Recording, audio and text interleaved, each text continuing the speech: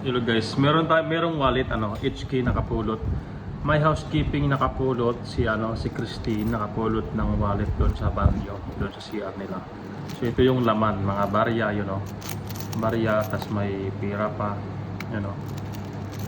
Tapos dito may pera din, libo. Kayo din siya. O di ba? Ito yung may-ari. Sa'yo pa ka pala yan? Ayusin mo yung wallet mo. Naku po. Siya pala yung may-ari, Kaya nga binidyohan ko kasi may laman. So talaga ayusin mo yung wallet mo, Day, ha? Talaga sir, kaya nag-share man ako. Thank you. Talaga.